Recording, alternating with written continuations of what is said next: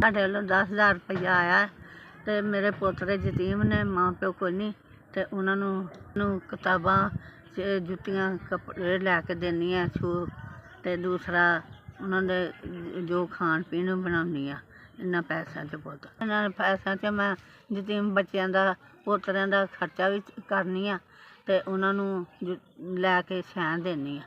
ਪੈਸਿਆਂ ਨਾਲ ਹਾਂਡੀ ਟੁੱਕਰ ਵੀ ਕਰਦੇ ਹਾਂ। ਤੁਹਾਨੂੰ ਅੱਲਾ ਬਹੁਤਾ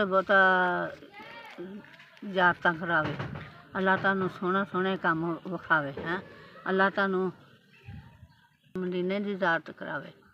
ਤੁਹਾਨੂੰ ਬੀਵੀ ਬੱਚਿਆਂ ਨੂੰ ਤੁਹਾਡਿਆਂ ਨੂੰ ਤੰਦਰੁਸਤੀ ਰੱਬ ਦਾ ਬਹੁਤੀ ਦੇਵੇ ਅਤੇ ਜੀਣੇ ਜਾਗਦੇ ਰਹੋ ਅਤੇ ਅੱਲਾ ਤੁਹਾਨੂੰ ਬਹੁਤਾ ਗਰੀਬਾਂ 'ਤੇ ਹੱਥ ਰੱਖਣ ਦੀ ਤੌਫੀਕ ਦੇ। ਗਰੀਬਾਂ 'ਤੇ ਰੱਖਦੇ ਅਤੇ ਤੁਹਾਡੇ 'ਤੇ ਰੱਬ ਨੇ ਰੱਖਣਾ ਪੁੱਤਰ।